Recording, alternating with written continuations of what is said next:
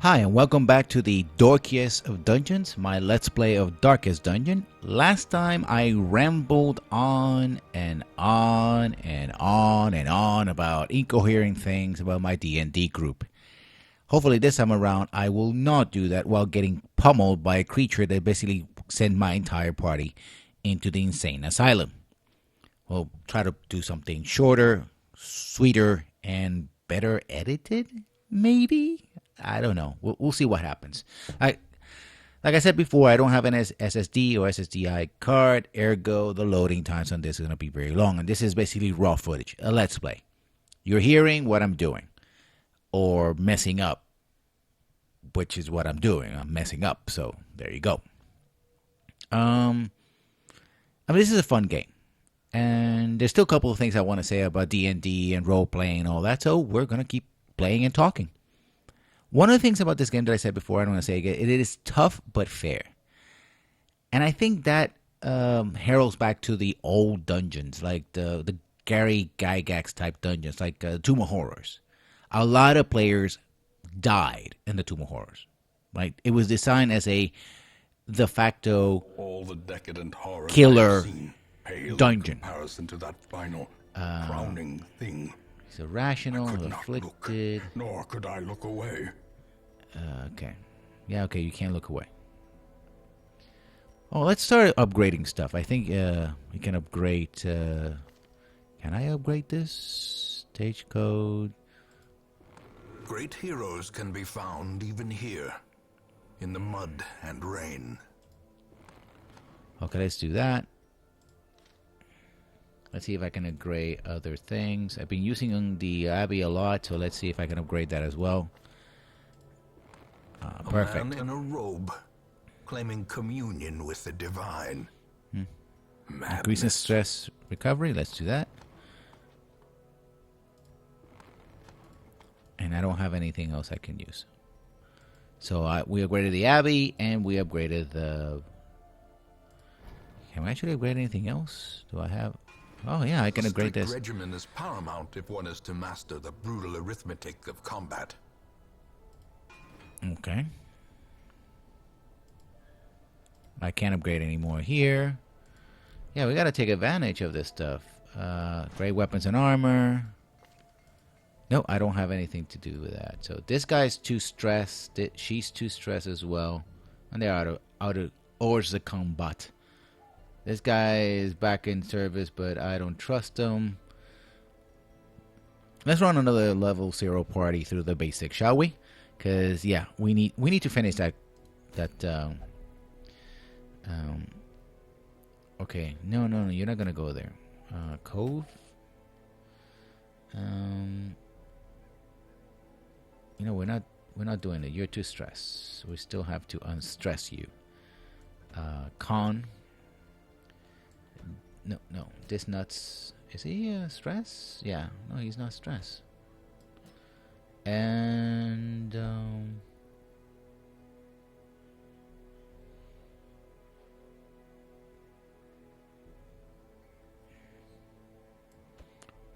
and him. No, wait. No. Okay, there we go. 2 frontline fighters and 1 healer only, I think. So that's gonna be a problem. Okay, we're just gonna run them right through the ruins and see what happens. Rewards, blight, amulet, uncommon, bust. Complete 100% of room battles. Okay, I can do that. I can try anyway. Okay, it's needed for the Darkest Dungeons quest. 1, 2, 3, 4. 1, 2. 1, 2. Wow, I have so little money. Oh yeah. Yeah, I'm gonna have to do it. I have to succeed because I have very little money. So let's see what happens. You're not supposed to grind these dungeons, but we're gonna go with that. Oh, by the way, talking about the killer dungeon, was that if you played the Tomb of Horrors, most of the stuff seems unfair, but it isn't because it plays to the player's stupidity and greed. Like, you can avoid most traps if you're a little smart and very careful. And you can win the dungeon. It is possible to win the dungeon, right? Just a matter of being careful and smart and looking for interesting and unusual solutions. That's the basis of tough but fair. Now, in the current campaign, like I said before, every time you do something in this game, it just gets worse. Just by the act of doing the very things that you're doing, trying to be smart about it. And like, but I'm doing the thing that you told me to do. And that's not tough or fair. That's the opposite of that. Back. And what better place to Oh, I didn't get any than the torches. seat Ooh. of our noble line. That was stupid.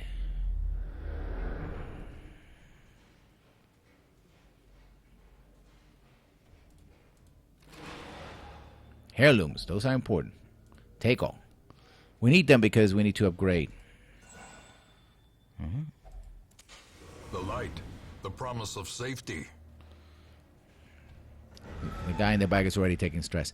So that's the thing about... Ooh, I don't like these guys. These guys poison. Okay, we're... Abyssal Artery, vulnerability. Let's do vulnerability on all of them. Ooh, wow, nice. Crit. I don't know what he said. Grape shot? Let's do grape shot. I like grape shot because it just, you know... Their formation is broken. Nice, nice. Maintain the offensive. Now comes the spit. Ouch. He has blight.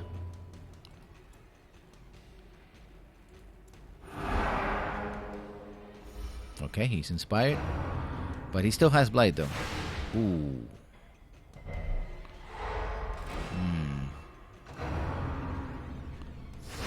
Ringing ears. Blurred vision. The end approaches. Okay. So we're doing grape shot again. Oh, all three Dutch? What the hell? I should have checked the stats before I did that.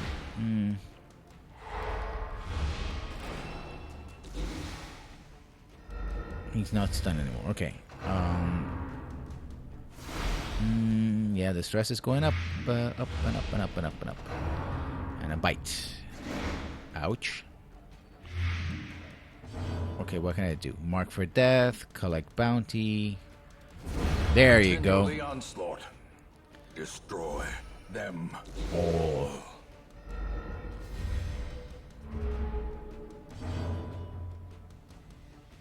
Let's open vein on this one.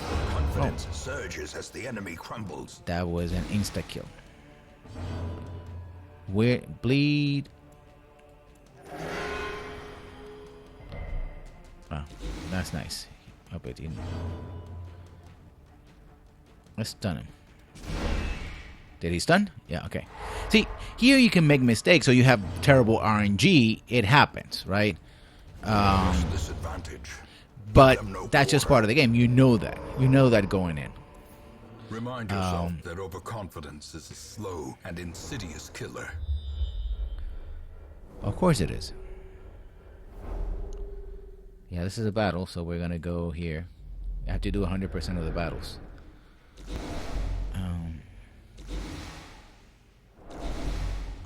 And you can't really heal outside of this, so we'll see what happens. So this is why I'm going to battle, because it sounds stupid, but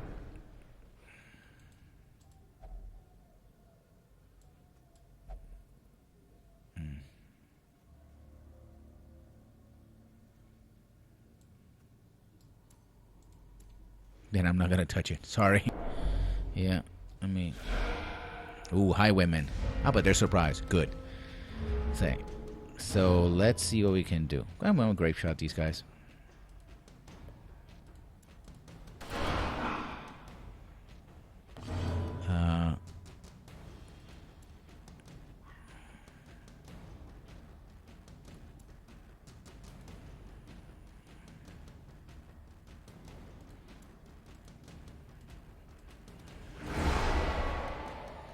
That was something.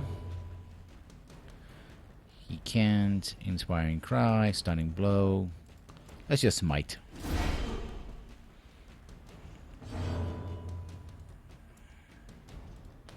Let's spread the love. I can't do that, so let's... Yep, he killed. Shank.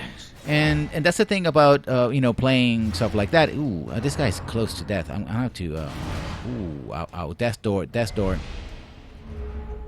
Yeah, this guy needs... to bandage. If I don't bandage him, he's... Wow, nice, a crit.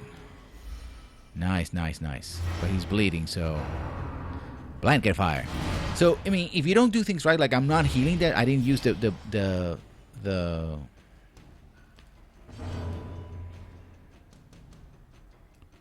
bandages on him,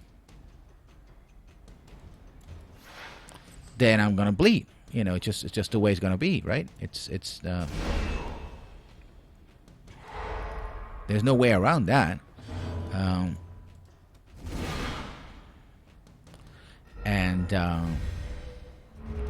You gotta play right? But when you're in a situation where it doesn't matter what you do, you're screwed, and none fault of your own, then you're like, what do I do, right? And it can get tiresome. Now, if a game is built around that, like, I don't know, Call of Cthulhu, which is what this particular game has turned into, not Darkest Dungeon, but the trick of the light, the current D&D campaign, then you're fucked. You're like, well,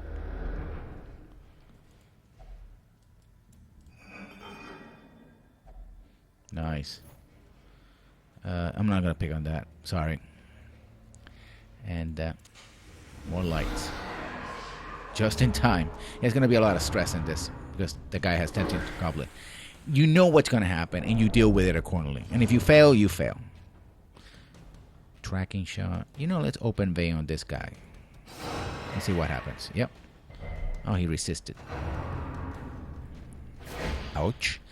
And then you gotta wonder, how do you do this? How do you,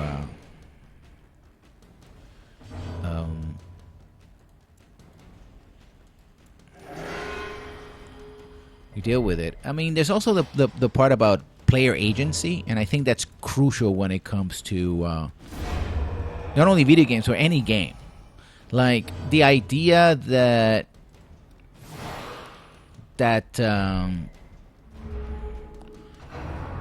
players should have the ability to do something. It's the illusion of control. That's central to video games.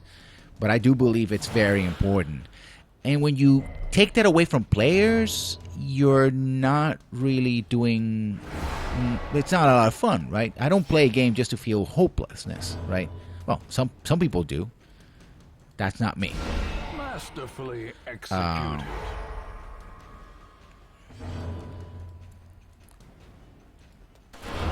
That's not how I play, right? And when you take away the player agency, then it's like, well, remind me again, why am I doing this, right?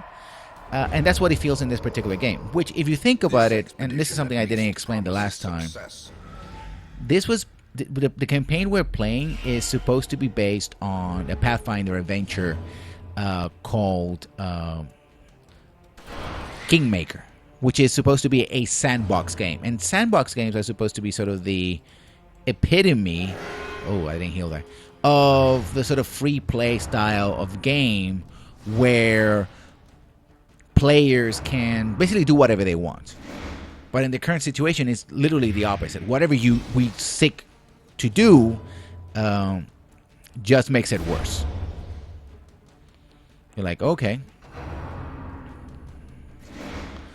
And our player agency has been... let's see, uppercut works with this guy. Oh, it didn't work.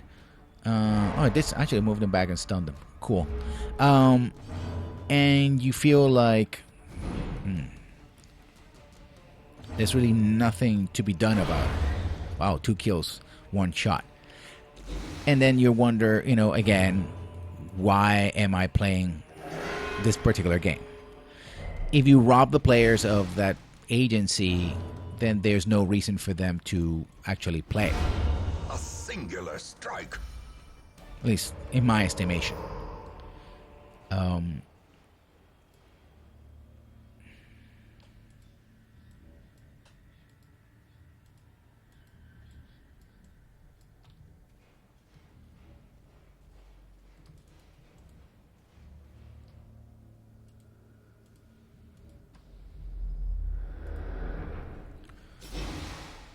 oh, that finally got relief. And you're wondering why is it that you do what you do? And why do you do it?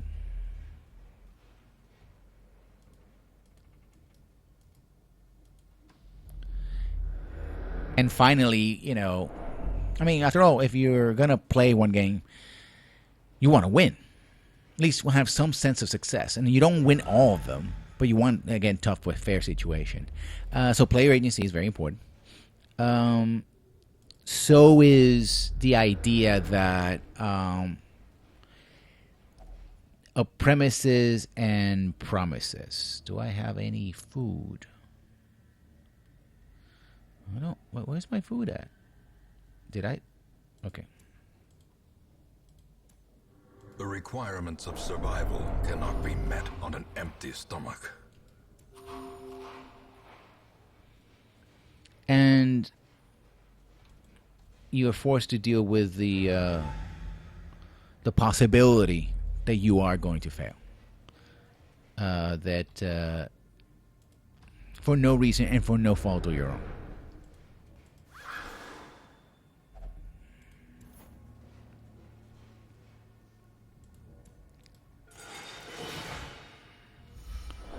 And you can take that. You can only take that for as much as possible. In fact, the type of game that we're playing is it's the exact opposite of a sandbox. So you also have the situation where you're not meeting the expectations, the premises. Even the cold stone seems bent on preventing passage. That you set up for your players.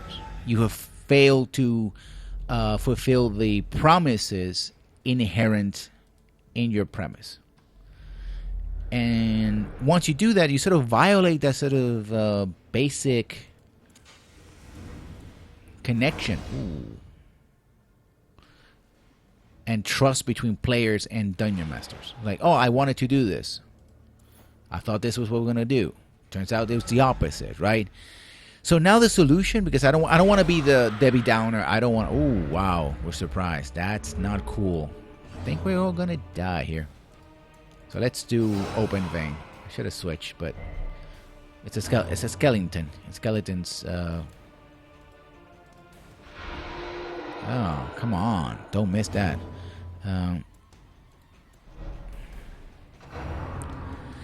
Are basically. Of course you don't like this. You're gonna have to heal next time. Oh, the stress. I gotta find a way to deal with this stress. It's getting out of hand in these battles. Wow, nice. Okay. That's good. Okay, that's the thing. The RNG can turn around very quickly. Yes, you do, but I don't have it. So you're gonna switch with this guy. And he is going to... Oh, he's going to just deliver a blow here.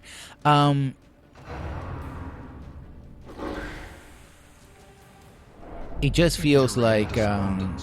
Set the stage for heroism. Ouch. Or cowardice. And he fails. Now, these are level 1 characters, so, you know. There can be no hope in this hell. No hope at all. It only heals for 1. Well. Yeah, he has a spare. He doesn't do anything. Oh, actually he does. He's like, I'm gonna kill you, bastard.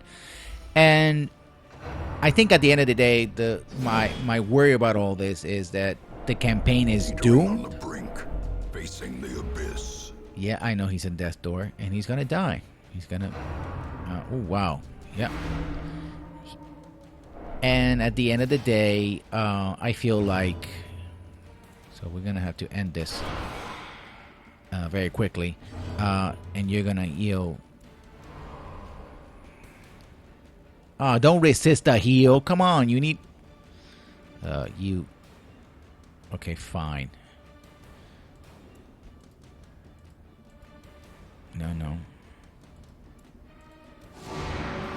Let's do that. He resisted. But you killed him. And at the end of the day, if you don't have that particular trust, then, you know, whatever the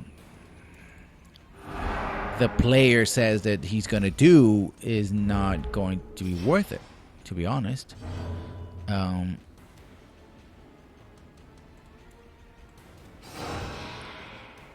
No matter how much you think it's a good idea, right? If it tells me, oh yeah, this is an adventure, and I don't have any more torches. You know what? I think I don't know. We're not. Yeah, we're retreating. No. Well, I'm gonna try one more. I don't know. Maybe there may be no more battles. I think there's one battle here. Room battle with Curio, yeah. And that's going to be, yes, we're going to lose people. But I'm not going to quit. See, I'm making the decision not to quit here, right? I know I'm going to lose people, but I'm just going to go forward with it because I don't have any food, so...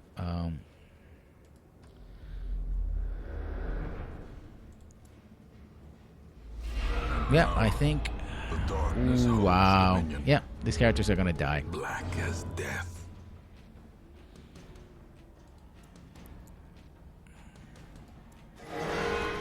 Well, maybe he's not dead yet. But he's bleeding though.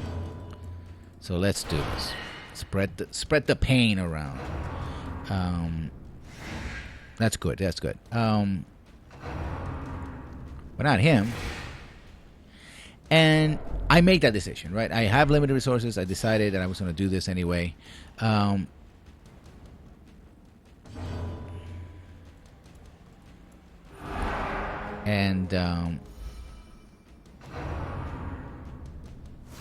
decided to do that.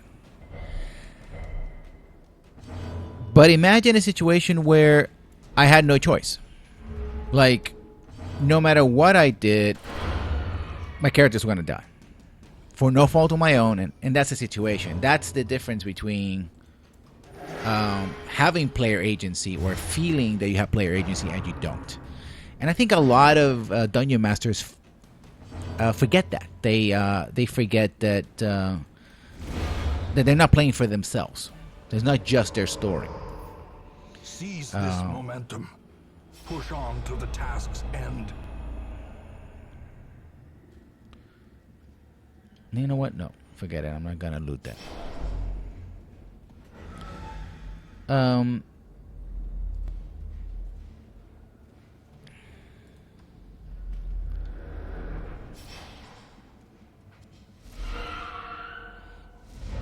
No, they're surprised. And when you do that, you lose your players basically.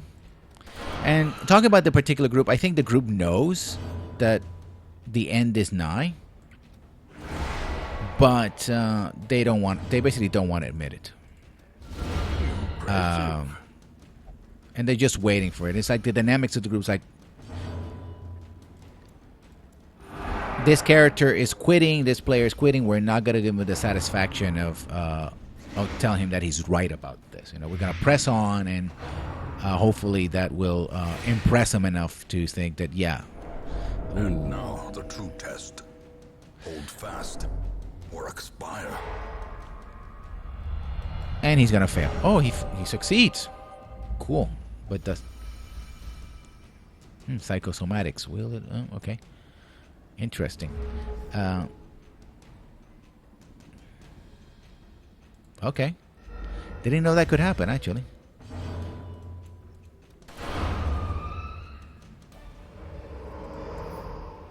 Beware. wary. Well, you know, I have. Triumphant pride precipitates a dizzying fall. Yeah. I'm sorry, but I gotta Failure quit. Tests the mettle of heart, brain, and body. I guess all I have to do is update the stuff and see what. Now, the other thing I wanted to talk about is that something that this game does very well is that it has the strategic level with the tactical level, and that's something that was going to be happening in Kingmaker. One of the reasons why I wanted to play. I remember days when the sun shone and laughter could be heard from the tavern. I wanted to play Kingmaker because.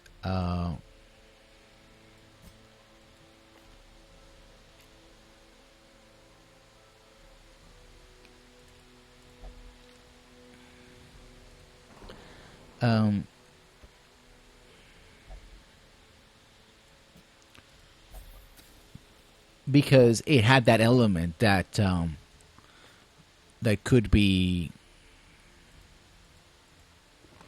used to help the players. You know, that what we did is important, but it seems that that's not the case here. That